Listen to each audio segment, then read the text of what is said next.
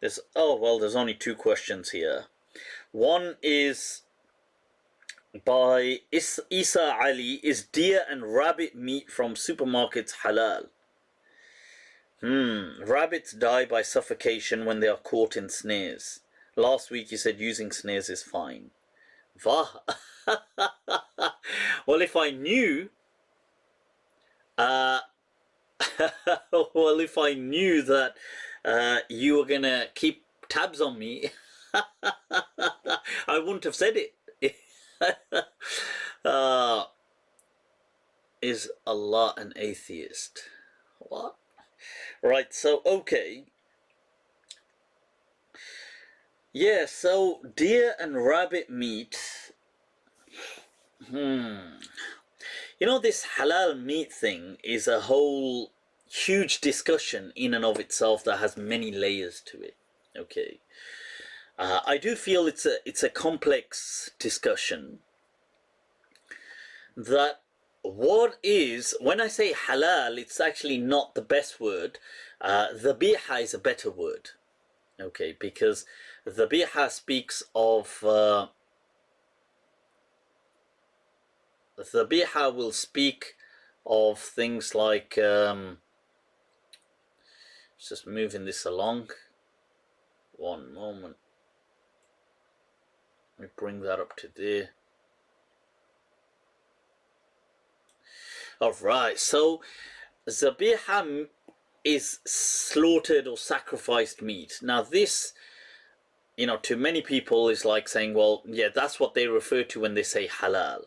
The question with that, or the problem, is that halal means which is permitted. Now many things are halal, but they're not sacrificed. And I spoke as an example, fishing is not, anything from the sea, any hunted animal isn't actually sacrificed. Ritually speaking, it's just halal. So what do I think of the zabiha meat? I'm definitely supportive in support of the zabiha meat. But I feel that in essence, the zabiha meat had an objective, and it was double layered. The primary layer of the primary focus of the zabiha meat was to create a distinction between Muslims and non-Muslims, the polytheists of the Prophet's time. In the Prophet's time, the mushrikeen of the Arab and other parts of the world would offer sacrifices to their pagan gods. Now, any meat that they used to offer, it became obligatory for Muslims to demarcate and distinguish their offerings by always mentioning the name of God upon sacrificing those animals. Now, this was the primary focus. Now, those people, the polytheists of Arabia, did not used to offer wild animals as offerings. So wild or offer fishes, for example, marine food, it wasn't something, sea food wasn't an offering. It was only kind of docile creatures, goats, sheep, camels, cows, maybe, things like that were offered. They didn't have chickens, by the way. So in the Prophet's surroundings, in that part of Arabia, generally speaking, chickens were not found. So I'm not saying chickens didn't exist. Of course they existed in the world, but they weren't in abundance in Arabia, not in the Hijaz. So hence you don't see the Prophet speaking about chickens or speaking about things like chicken food often or things like that. But the companions do speak about chickens later on as they branch out, as they move towards other parts of the Middle East and things like that, Byzantine territory, when they take over, they conquer the Persian territories, they do find chickens and things like that. Hence, some of them speak about then sacrificing a chicken for Eid, whereas the Prophet would never have said that. Now, the Prophet wouldn't have said about sacrificing chickens or things like this, and I know it became a debate between the Salafis and I know it became a debate between the Salafis and the rest of the madhabs, because they spoke about you can sacrifice chickens and on Big Eid, then you can do this, and people turned it into a kind of mockery. But yeah, but coming back to the point, so in the Prophet's time, the animals that were given as pagan offerings, Muslims were mandated to always mention Allah's name before sacrificing them. This was the kind of the fine point of demarcation, the kind of delineating factor that distinguished Muslims from kuffar, especially mushrikeen. Now the issue was, okay, what about hunting? Well, because that was never a pagan offering, so Muslims were not obligated to kind of make a sacrifice of them or a ritual. That it's okay, yeah, fine, mention Allah's name, but you just need to shoot an arrow. You don't even need to shoot an arrow, you can send a hunting dog, and the dog would kill the animal. So, you know, even if you say, look, with an arrow, one could say, okay, you said Bismillah as you let go of the arrow, fine. But when you release a dog and you say Bismillah, Allahu Akbar, you know, the dog has to chase after the prey, and the prey would run for its life, literally, and the dog would have to catch it. Now, they would be easily, you know, they may be a few minutes lapse between the dog actually catching the prey and between you saying Bismillah. So it was then just a kind of like a gesture.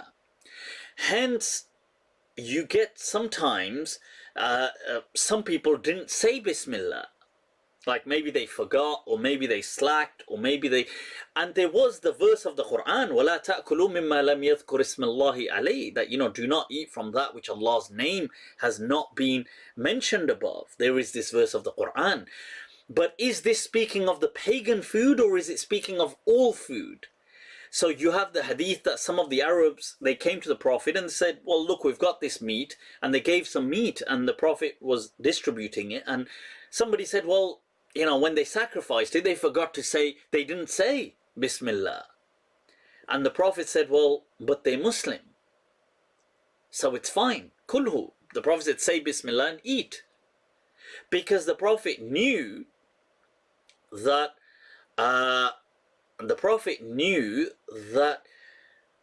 there is no, the polytheist factor doesn't exist here.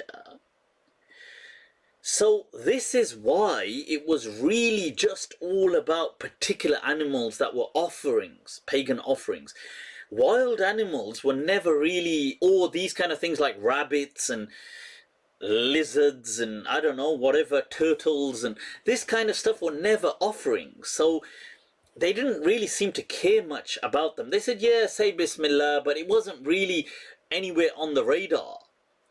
So, the next layer of zabiha meat is that it creates an identity factor.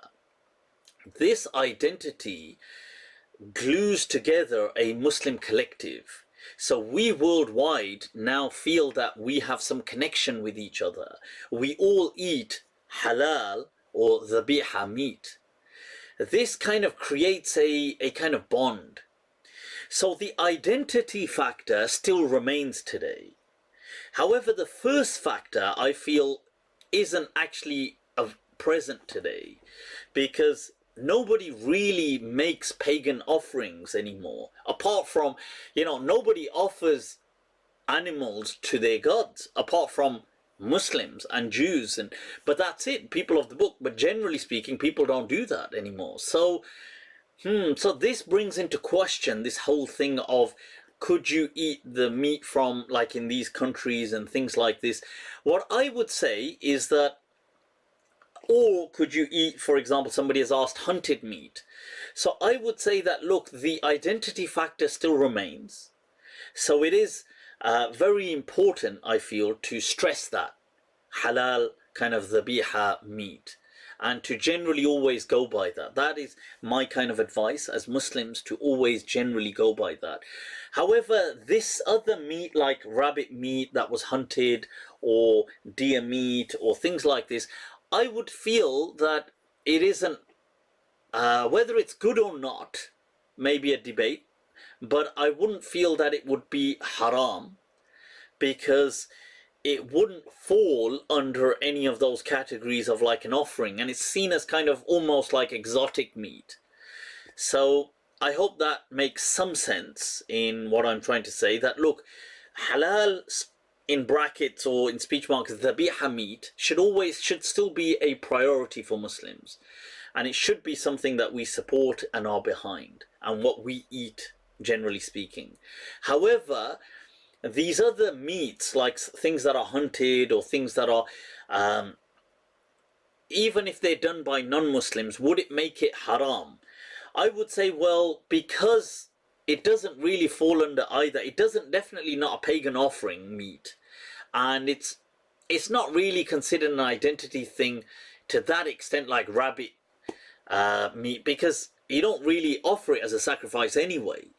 So if somebody else hunted it and they weren't Muslim, but they weren't hunting it in the name of, I don't know, in the name of Zeus, or in the name of something like that, Darius, or something, then it doesn't really, it's not so much of an issue. That's what I would feel. So that's my ruling on that.